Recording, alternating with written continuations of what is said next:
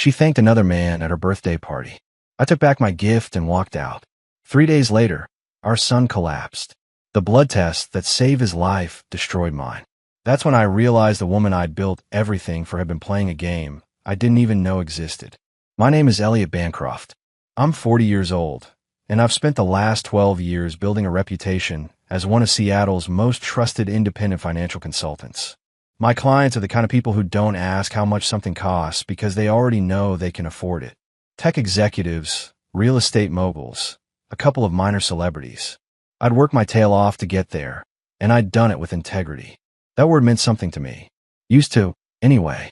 My wife Tasha is 35, gorgeous in that effortless way that makes other women hate her, and men stumble over their words. She runs a social media marketing agency that's been blowing up over the past 2 years. Brand partnerships, influencer campaigns, the whole 9 yards. Her Instagram alone has over 200,000 followers. She's the kind of woman who walks into a room and owns it within 5 minutes. We met at a charity gala 9 years ago. I was there representing a client. She was running the event's digital campaign. She had this laugh that could cut through a crowded room, and when she turned those green eyes on me, I was done for. We got married 18 months later in a ceremony that got featured in Seattle Bride magazine. 3 years ago, our son Leo was born. Watching him take his first breath was the proudest moment of my life. I'd never felt more like a man than I did holding that tiny human, knowing I'd do anything to protect him. But marriage is like a building, isn't it? You can have the prettiest facade in the world, but if the foundation's rotting underneath, eventually the whole thing comes down. Last month was Tasha's 35th birthday. She wanted to go big, so we rented out the rooftop terrace at the Edgewater. Panoramic views of Elliott Bay, string lights, a jazz quartet, 200 of Seattle's finest drinking champagne that cost more per bottle than most people's car payments. I'd spent weeks planning it, making sure every detail was perfect. Her gift was a vintage Cartier bracelet I'd found at an estate sale, something she'd mentioned wanting years ago when we were still broke and dreaming. When it came time for the toast, Tasha stood up with a champagne flute in her hand. The lights caught her silver dress just right, and for a moment, she looked like something from a dream. My dream. I want to thank someone special, she said, smiling that megawatt smile. Someone who's been there for me, believed in me, pushed me when I needed it most. I was already smiling, ready for that moment of public affection. Then she turned and looked at him. Adrian Rhodes, her business partner, the guy I'd helped with his portfolio 2 years ago as a favor to her. Adrian, she said, raising her glass higher, thank you for everything. The applause that followed felt like a physical blow. I sat there, the bracelet box burning a hole in my jacket pocket, watching my wife thank another man at her own birthday party while I became invisible. I didn't make a scene. I stood up, walked over to where she'd set her gifts on a table, picked up the small Cartier box I'd placed there an hour earlier, and left. Sometimes silence speaks louder than any words ever could. 3 days after the party, everything changed. Not because of what happened at the Edgewater, though that was still eating at me like acid. No, what changed everything was a phone call at 2:17 a.m. Leo couldn't breathe. Tasha was screaming into the phone, hysterical in a way I'd never heard before. He's turning blue, Elliot. His face is swelling. Oh God, oh God. I was out of my downtown apartment, and in the car before my brain fully processed what was happening. We'd been separated since the party, me staying at a corporate rental while she kept the house. I made it to Swedish Medical Center in 15 minutes, probably broke every traffic law in King County. They had Leo in the ER, oxygen mask strapped to his tiny face, his body looking so small on that hospital bed. Tasha was pacing like a caged animal, mascara streaking down her face. For a moment, all the anger evaporated. This was our son. Nothing else mattered. Severe allergic reaction. The doctor said, a woman in her 50s with kind eyes and a no-nonsense demeanor. We've stabilized him, but we need to run comprehensive tests. We'll need blood samples from both parents for comparison and to determine the exact allergen profile. Whatever you need, I said immediately. They drew our blood right there. Tasha held Leo's hand while I stood on the other side of the bed, and for a few hours, we were almost like a family again. Almost. The doctor came back around 6 a.m. Leo was sleeping peacefully, the crisis passed, but something in her expression made my stomach drop. He's gonna be fine, she said first, and I felt my lungs remember how to work. But we need to discuss something unusual that came up in the blood work. Tasha looked up from Leo's bedside. What kind of unusual? The doctor hesitated, and that hesitation stretched out like a canyon opening up beneath my feet. Mr. Bancroft, I need to ask you something directly. Are you aware of your blood type? Oh, positive, I said. What? And yours, Mrs. Bancroft? A negative, Tasha whispered, and something in her voice had changed. Gone flat. The doctor glanced between us. Your son has AB negative blood. That's not genetically possible given your blood types. There's absolutely no way. She didn't finish the sentence. She didn't have to. The room tilted. I gripped the edge of Leo's bed to keep from falling. What are you saying? I'm saying that based on these blood types, Mr. Bancroft cannot be the biological father of this child. The words hit like a physical blow. I heard them, understood them on some level, but my brain refused to process them. This was Leo, my son, the kid who called me daddy and fell asleep on my chest during football games. The boy I'd rocked at 3 a.m. when he had nightmares. I turned to Tasha slowly. She wasn't looking at me. She was staring at Leo, her face drained of all color.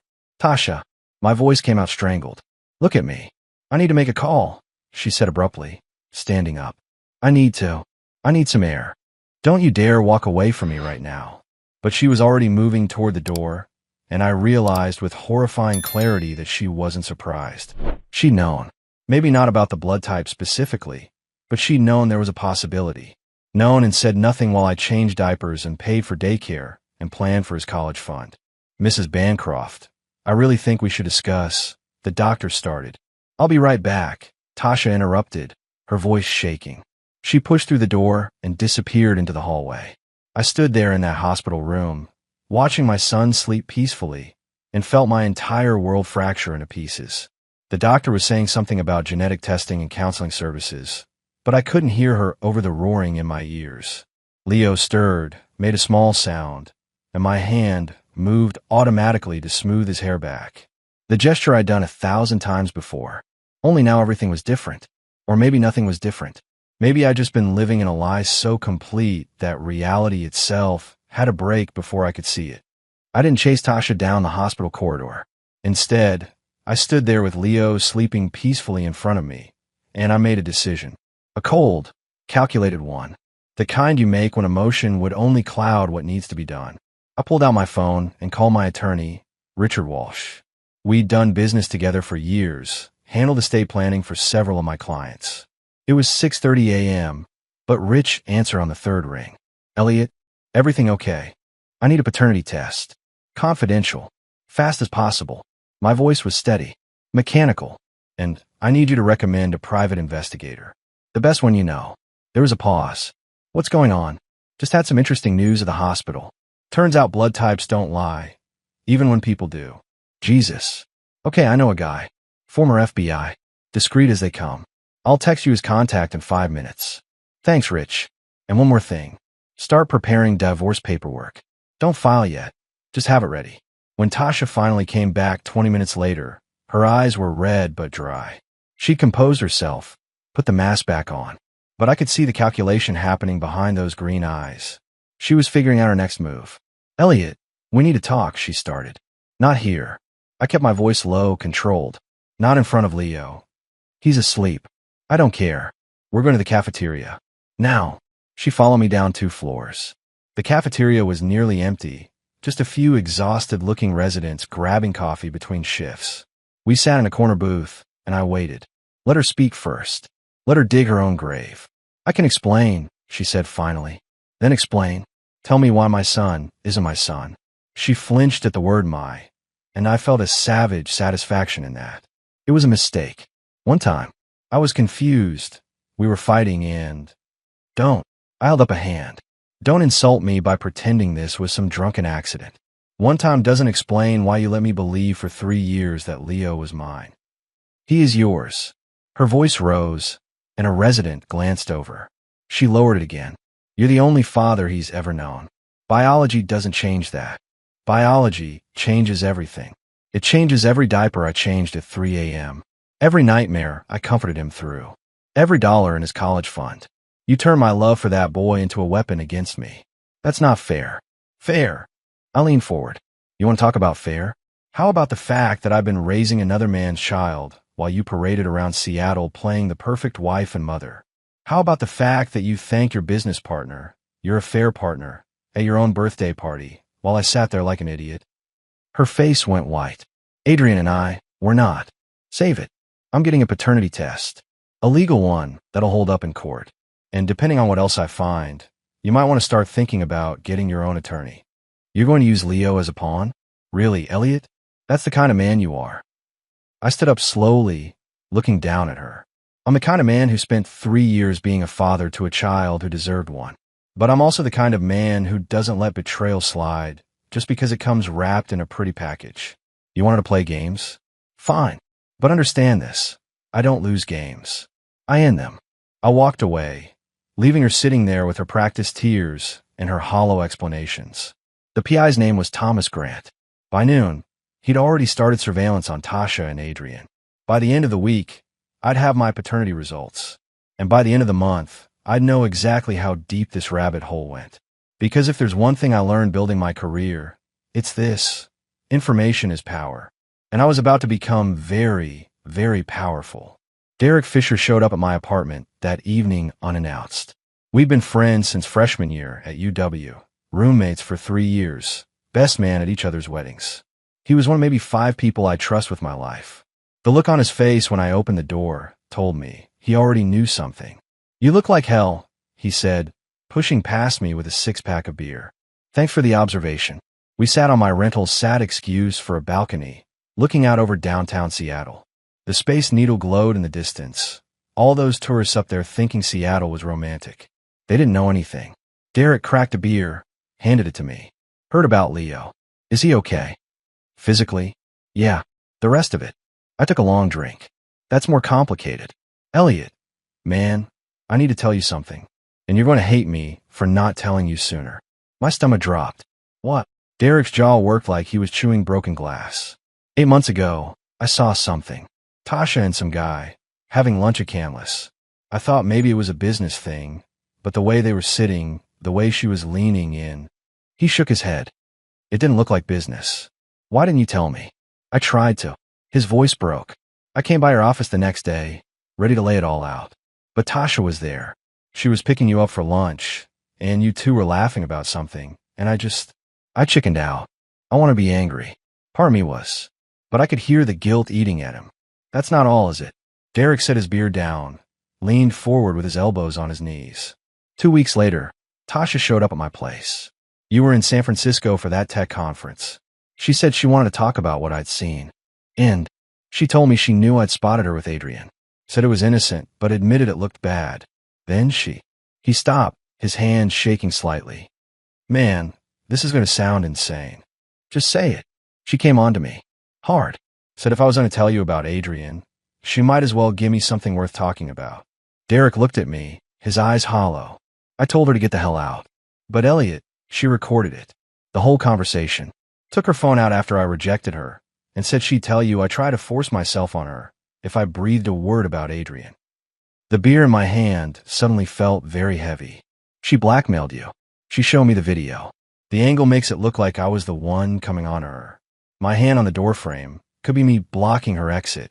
Her backing up could be her trying to get away. He put his face in his hands. I've been living in hell for 8 months, knowing you were being played and not being able to say a damn word. I sat there processing. This wasn't just an affair. This was calculated, premeditated. Tasha had seen Derek as a threat and neutralized him with the precision of a damn chess master. Do you still have your copy of the video? I asked quietly. She texted it to me. Said to remember what I had to lose. Forward it to me. Right now. Derek pulled out his phone, his hands still shaking. What are you going to do? I'm going to stop playing defense. I watched the file transfer notification pop up on my screen. She wants to treat this like a war. Fine. But she just gave me ammunition. We sat there in silence for a while. 2 grown men who'd shared everything from college hangovers to the births of our kids. And I realized something. Tasha hadn't just betrayed me. She'd weaponized everything good in my life and turned it against me. That was her first mistake. Her second was thinking I'd just take it. The paternity test results arrived by courier on a Tuesday morning. Legal, certified, impossible to dispute. As expected, I was not Leo's biological father. Probability, 0%. I sat with that document for exactly 10 minutes, letting the finality of it settle into my bones. Then I called Thomas Graham, my PI.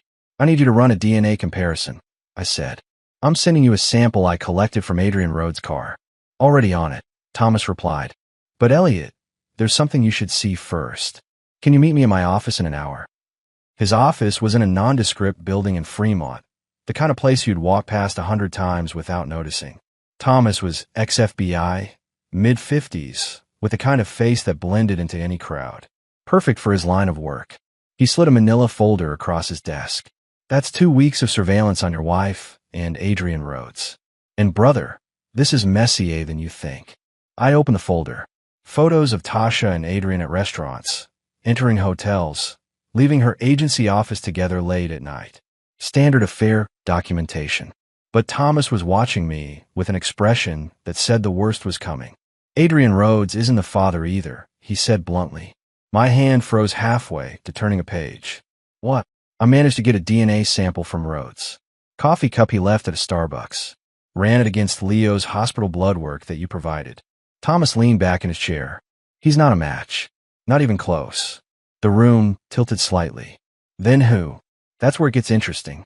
I pulled your wife's financial records, the ones you authorized me to access. Found some unusual charges from about 4 years ago. Medical bills from a clinic in Portland. Fertility treatments, but not the kind couples do together. He slid another document across. Invoices from a sperm bank. Consultation fees for directed donor selection. My wife had been shopping for genetic material like she was picking out furniture. She went to a sperm bank. Not exactly. This clinic specializes in what they call discrete arrangements. Basically, wealthy women who want children but don't want the legal complications of a known donor. They select based on profiles, education, appearance, health history. The donors are anonymous, and the records are sealed tighter than Fort Knox. I stare at the papers, my mind struggling to process. So Leo's father is some anonymous donor she picked from a catalog. Looks that way. But here's the kicker. Thomas pulled out another photo. This is Dr. James Reinhardt. He runs the clinic. And this, he tapped another image, is him having dinner with your wife 3 months before Leo was born. Very friendly. Very familiar. You think the doctor is the father. I think your wife has a pattern of getting exactly what she wants by any means necessary. Whether Reinhardt is the biological father or just helped her navigate the system, I can't say without his DNA. But the timeline suggests she was planning this pregnancy very carefully, and you were never part of the actual equation. I sat back, feeling like I'd been punched. She created Leo specifically to trap me. Can't prove intent, but the evidence suggests she wanted a child on her terms, with genetics she selected, while maintaining the appearance of a traditional family. Thomas's expression was grim. The affair with Rhodes came later. I've got evidence of that starting about 18 months ago. My guess. Once she had the baby and the financial security of her marriage, she felt free to pursue what she actually wanted, which was Adrian. Among others, he slid over another stack of photos. Different men, different restaurants. Your wife has been very busy, Elliot. Rhodes is just the most consistent. I looked through the images, each one a hammer blow. Tasha laughing with a man at a wine bar. Tasha leaving a downtown apartment building at midnight. Tasha in a car with someone who definitely wasn't me or Adrian. How many? I asked quietly. That I can document. For different men over the past 2 years. But I've only been on this for 2 weeks. Given more time, there might be more. I closed the folder, my hand steady despite the rage building inside me. I need you to find out everything you can about that clinic and Dr. Reinhardt. If there's any way to identify Leo's biological father, I want it found. That's going to be nearly impossible with privacy laws.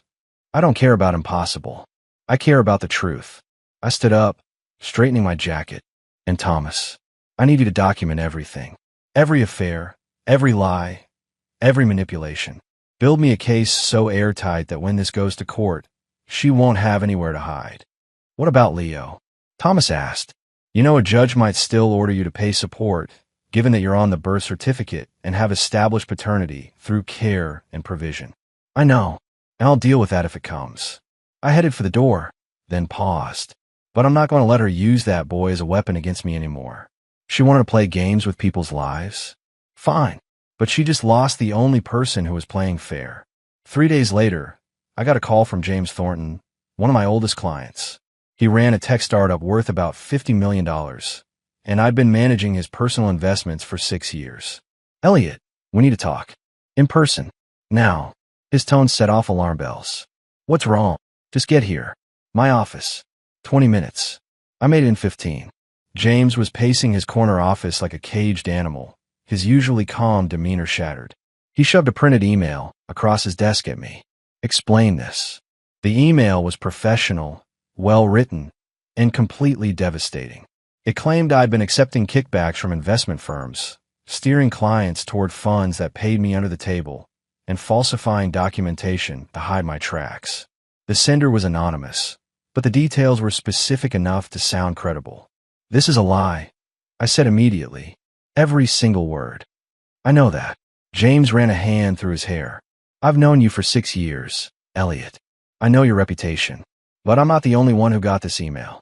At least 15 of your clients received it this morning. My phone's been ringing off the hook. My blood ran cold. 15. That's just the ones who call me to verify. There might be more. He sat down heavily. Someone's trying to destroy you, man. And they're doing a damn good job of it. I pulled out my phone and checked my email. Sure enough, my inbox was flooded. Clients asking for clarification. Some demanding immediate meetings. 2 had already sent termination letters. Adrian Rhodes, I said quietly.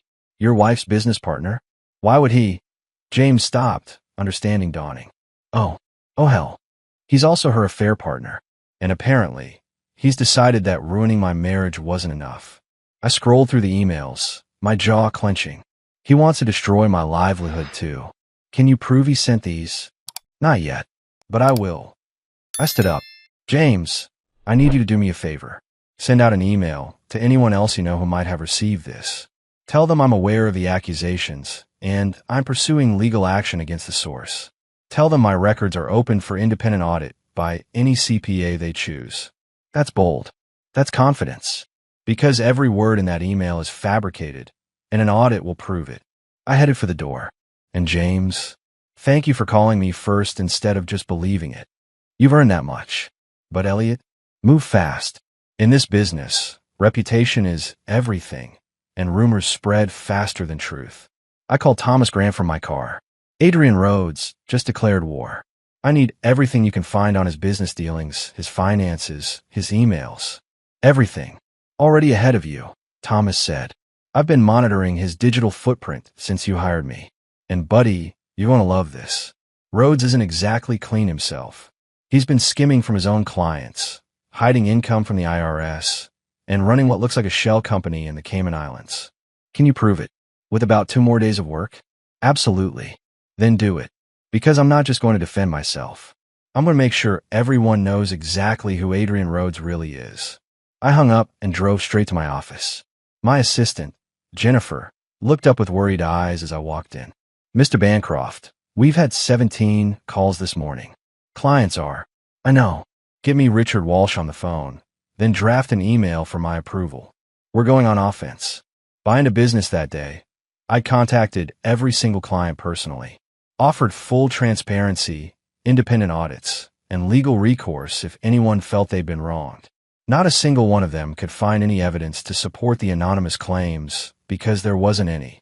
But more importantly, I filed a defamation lawsuit against John Doe with a subpoena for the email server records that would inevitably lead back to Adrian Rhodes. He wanted to play dirty? Fine. But he just made the mistake of targeting a man who built his entire career on trust, transparency, and documentation. And unlike him, I had nothing to hide. My mother called on a Thursday afternoon. I almost didn't answer because I knew what was coming. She'd been silent for 2 weeks since news of the separation hit the family grapevine, and that silence was more damning than any lecture could have been. Elliot, we need to talk about this situation with Tasha, she said, her voice carrying that particular tone of disappointment she perfected over 40 years of motherhood. There's nothing to talk about, Mom. She cheated. She lied about Leo's paternity. It's over. Marriage is a commitment before God, not something you throw away the moment it gets difficult. She paused, and I could practically see her sitting in her perfectly decorated living room in Bellevue, my father probably hovering nearby with his own opinions ready. Your father, and I think you're being hasty. Every marriage goes through rough patches. Rough patches?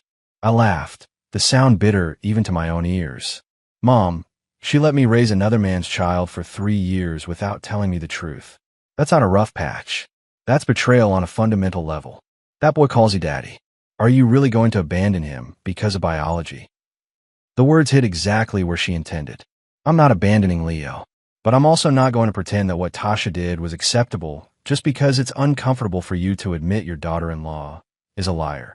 Don't speak about her that way. Tasha made a mistake, yes, but she's been a good wife to you, a good mother, and right now, she needs support, not judgment. I stood up from my desk, paced to the window of my office. Outside, Seattle was doing its usual gray drizzle thing, perfectly matching my mood. Did she tell you about Adrian? About the other men? About the fact that she's been systematically draining our bank accounts to fund her affairs? Silence. Then, she explained that those were business expenses you misunderstood. Of course she did. I closed my eyes, forcing myself to stay calm. And you believed her. I believe in the sanctity of marriage. I believe that a real man doesn't walk away from his family the first time things get hard. Your father stuck by me through much worse, and we've been married for 43 years. Dad never had to question whether his children were actually his children. Biology isn't what makes a father, Elliot. Love is. Commitment is. And right now, you're showing Leo that love is conditional. That family can be discarded when it becomes inconvenient. The words burned because somewhere deep down, in a place I didn't want to examine too closely, they landed. I did love Leo. 3 years of midnight feedings and first steps in bedtime stories don't just evaporate because of a blood test. But that love had been built on a foundation of lies, and I didn't know how to separate the two.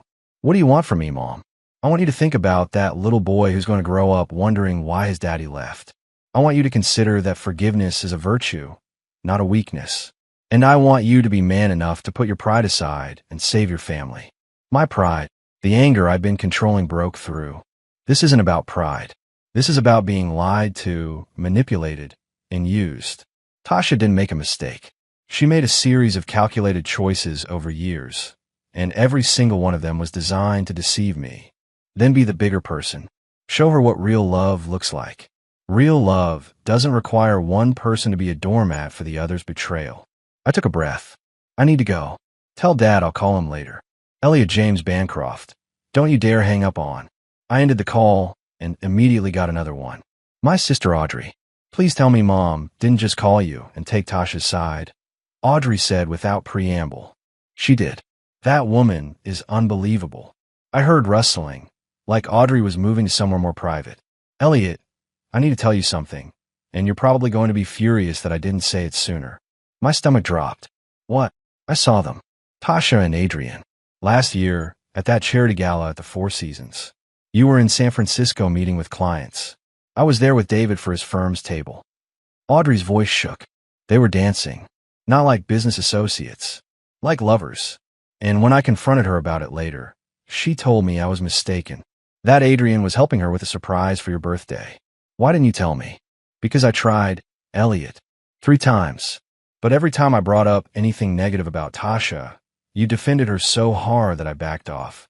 And then she started avoiding family gatherings where I'd be present. She knew I'd seen something, and she froze me out. Audrey's voice broke. I've been carrying this guilt for months, watching you with her, knowing what I knew and not being able to prove it without destroying your life. I leaned my forehead against the window, the cool glass grounding me. She isolated you, systematically, told you I was being judgmental, made comments about how I was jealous of your success. Little things that added up until you started pulling away from me too. She paused. I'm so sorry, Elliot. I should have fought harder to make you hear me. She's a professional manipulator. You're not the first person she neutralized. I told her about Derek, about the blackmail and the video, about how Tasha had turned anyone who might expose her into either an accomplice or a threat. My God, she's a sociopath. No, she's just someone who's very good at getting what she wants and doesn't care who she hurts in the process. I turned from the window. Audrey, I need you to do something for me. I need you to write down everything you remember about that night. Dates, times, what they were wearing, who else was there. Everything. For the divorce. For the truth. Because I'm done letting her control the narrative. After we hung up, I sat in the silence of my office and realized something. Tasha hadn't just betrayed me. She'd systematically dismantled every support system I had, one person at a time, until I was isolated enough to be controlled. My mother believed her lies. My sister had been silenced. My best friend had been blackmailed. She'd spent years building a cage around me, so perfectly that I hadn't even noticed the bars. But cages only work if you don't know you're in one. And now that I could see it clearly, I also saw the door. James Crawford's office called on a Monday morning with news that made my blood run cold. Mr. Bancroft, we need to discuss the paternity issue and its legal implications, his paralegal said. Can you come in this afternoon? I cleared my schedule and was there by 2 p.m. Richard sat across from me with the kind of expression lawyers get when they're about to deliver news that'll change your life, and not for the better. I've consulted with 3 family law specialists, he began, spreading documents across his desk. Washington state law is very clear on this issue, and I'm not going to sugarcoat it. You're legally obligated to continue supporting Leo, even though he's not mine, especially because you're listed on the birth certificate and have acted as his father for 3 years. Under Washington law, you've established paternity through your actions. The state presumes you're the father until you successfully disestablish paternity, and that window closed after 2 years. I stared at him. You're telling me I'm trapped. I'm telling you the law prioritizes the child's best interests over biological facts in cases like this. You've bonded with Leo, provided for him, acted as his parent. The court isn't going to penalize the child for the mother's deception. Richard pulled out a calculator. Based on your income and Washington's child support guidelines, you're looking at approximately $2,500 per month until Leo turns 18. That's over $500,000.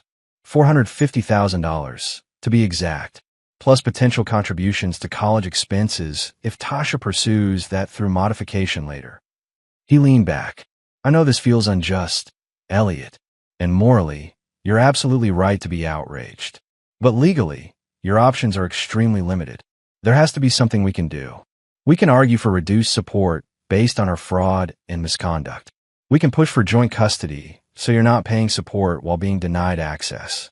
We can absolutely use her behavior to influence property division and alimony. He paused. But the baseline reality is that you will be financially responsible for that child until he's an adult, regardless of biology. I sat there, letting it sink in. Tasha had trapped me perfectly. Even if I walked away from the marriage, even if I proved every lie she'd told, I'd still be paying for her deception for the next 15 years. What if we can prove she committed fraud? I asked. That she deliberately deceived me about paternity? It might influence the judge's decisions on other matters, but it won't eliminate child support obligations. The law sees Leo as an innocent party who needs financial support, and right now, you're legally his father. Richard's expression softened. I'm sorry, Elliot. This is one of those situations where doing the right thing as a parent has put you in a legally vulnerable position.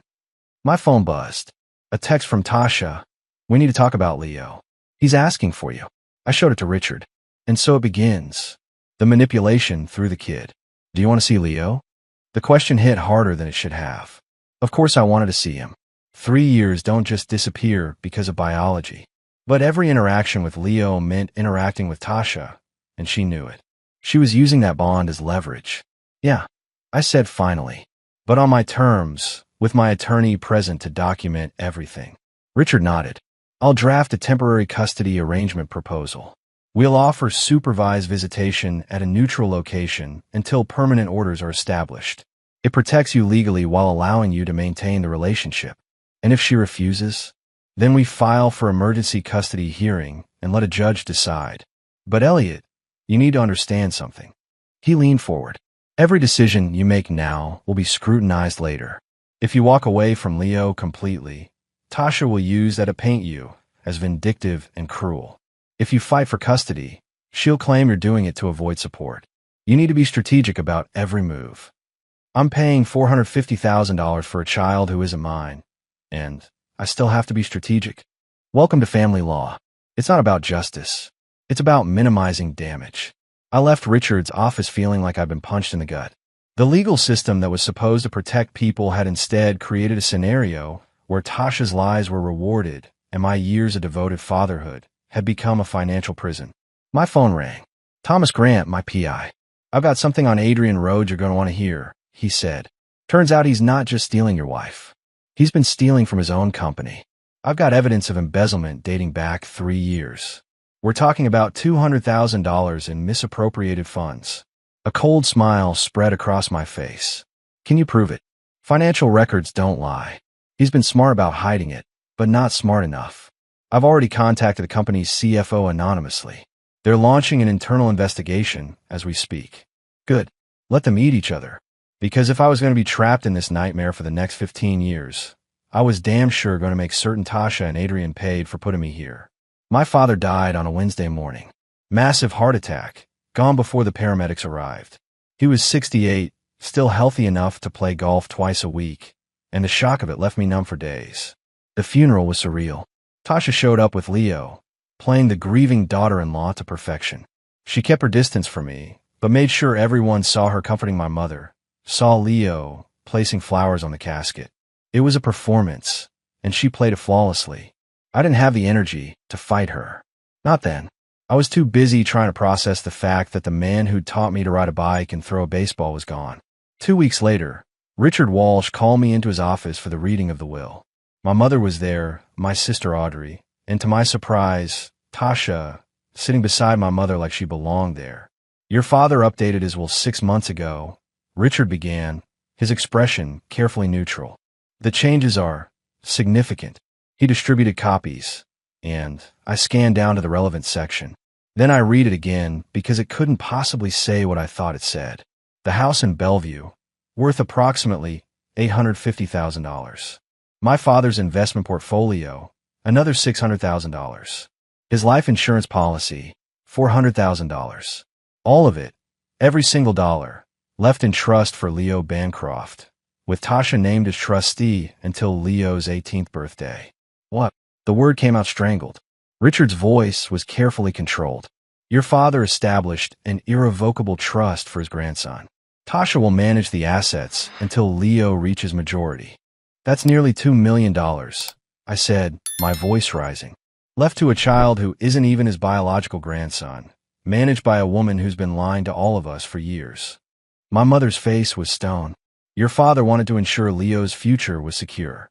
What did he change the will? When did she convince him to do this?" Richard checked his notes. "The documents were executed on March 15th, 6 months ago. March, right around the time Tasha would have known I was starting to suspect something. Right when she would have been securing her exit strategy. She manipulated him," I said flatly. "She knew I was getting close to the truth, so she convinced Dad to lock down assets she could control. Your father was of sound mind when he made these decisions," Richard said carefully. "I was present for the signing. He was clear about his intentions." "What did she tell him? What lies did she feed him to make him cut out his own son?" My mother finally spoke, her voice cold. "Your father was concerned about your behavior, Elliot. Tasha came to us several months ago, worried about your mental state. Said you'd become paranoid, accusatory. That she was afraid for Leo's safety." The room tilted. "She told you I was dangerous. She showed us messages you'd sent her. Angry texts, threats about taking Leo away. Your father wanted to make sure Leo would be protected regardless of what happened between you and Tasha. Those texts were about getting custody during the divorce. About not letting her use him as a weapon." I turned to Audrey. "You know this is insane, right?" My sister looked away. "I told Dad to wait, to hear your side, but he was convinced you were having some kind of breakdown." I stood up, needing to move, needing air. "So let me understand this. Tasha lies about paternity, has multiple affairs, steals hundreds of thousands of dollars, and somehow I'm the villain? She poisons my relationship with my father, and he rewards her by making her a millionaire trustee. The money is for Leo, not for her," my mother said. "It's the same thing. She controls it for the next 15 years. She can pay herself a trustee fee, use trust assets to maintain Leo's lifestyle, which conveniently happens to be her lifestyle too." I looked at Richard. "Can we challenge this?" On what grounds? Your father was competent. Multiple witnesses can attest to that. The trust is ironclad. He paused. I'm sorry, Elliot, but unless you can prove undue influence, which is nearly impossible with a deceased settler, this stands. I walked out of that office knowing I'd lost more than my father. I'd lost any chance of justice. Tasha had played a long game I hadn't even known we were in, and she'd won before I'd realized we were competing. Thomas Grant was waiting in my car when I got back to the parking garage. He held up his phone. I've got Adrian Rhodes on embezzlement charges. The company filed a police report this morning. He's looking at 5 to 10 years if convicted. It was something. Not enough. Not nearly enough. But it was something. And Tasha? I asked. I'm still digging. But people like her, they always make mistakes eventually. We just have to be patient. Patient. I've been patient for 3 years while my wife destroyed my life brick by brick. But patience hadn't protected me. Documentation had. Evidence had. Keep digging, I said, because she might have won this round, but I'm not done fighting. 14 months after that birthday party, I stood in front of a different kind of audience. Not family, not friends, but a room full of men who'd been through their own versions of hell. The divorce support group met every Thursday at a community center in Ballard. 20 guys, ranging from their 30s to their 60s, all trying to rebuild lives that had been shattered by betrayal, false accusations, or legal systems that didn't care about their stories. My name is Elliot, I said, and I spent 3 years raising a son who wasn't biologically mine, while my wife systematically destroyed everything I'd built. I told them about the hospital, about the blood tests that revealed the truth, about the friend who'd been blackmailed into silence, about the father who'd been manipulated into cutting me out of his will, about the $2,500 a month I'd be paying for the next 14 years for a child another man had fathered. The system failed me, I said, but I'm still here, still building, still fighting. The divorce had been finalized 3 months ago. Tasha got primary custody of Leo with supervised visitation for me every other weekend. I got stuck with the debt she'd accumulated, though we'd managed to prove enough fraud to avoid some of it. She got to keep her agency, her social media following, her carefully curated image of the successful businesswoman. Adrian Rhodes got 18 months in prison for embezzlement. Small victory, but I'd take it. I'd moved to a smaller apartment in Fremont, started rebuilding my client base one relationship at a time. The anonymous emails had damaged my reputation, but truth had a way of surfacing. Clients who really knew me had stayed. New ones came through referrals from people who respected how I'd handled the crisis. Derek Fisher and I were rebuilding our friendship slowly. Some wounds take time to heal, but we were getting there. Audrey called every Sunday now. Family dinners had resumed, though my mother and I maintained a careful distance. Some relationships don't survive certain betrayals, even when they're rooted in blood. I still saw Leo. Those supervised visits were the hardest part of my week and the best part all at once. He was 4 now, started to form full sentences, to have opinions about things. He still called me Daddy. I didn't know how long that would last, didn't know what Tasha was telling him about why we didn't live together anymore. But I showed up. Every other weekend, I was there. Because biology might not have made me his father, but love and consistency did. And whatever else Tasha had stolen from me, she couldn't take that. So what now? One of the guys in the group asked. What's next for you? I thought about that question a lot lately. What comes after your world falls apart? After the woman you loved turns out to be someone you never really knew? After the system designed to protect families instead protects the person who destroyed yours? Now I build something new, I said. Not the life I thought I'd have. Not the family I planned for. But something real, something honest, something that can't be stolen because it's built on truth instead of illusions.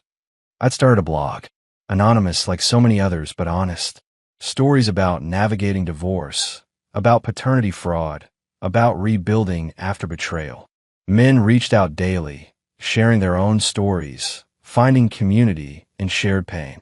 I'd also started consulting with other men going through divorces, helping them document everything, avoid the mistakes I'd made, protect themselves before it was too late, turning my nightmare into something useful. Tasha was still out there, still posting her perfect life on Instagram, still running her agency. But I'd heard through the grapevine that clients were starting to ask questions, that her engagement numbers were dropping, that the polish was showing some tarnish.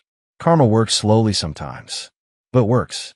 As I left the support group that night, Derek was waiting outside. Beer? He asked. Yeah, beer sounds good. We walked through Ballard streets, past the breweries and restaurants full of people living their ordinary lives. And I realized something. I was going to be okay. Not today, maybe not for a while, but eventually. Because the strongest foundation you can build isn't made of money or status or perfect families. It's made of resilience, truth, and the refusal to let someone else's betrayal define your worth. Tasha had taken a lot from me, but she hadn't taken that. And in the end, that was the only thing that really mattered.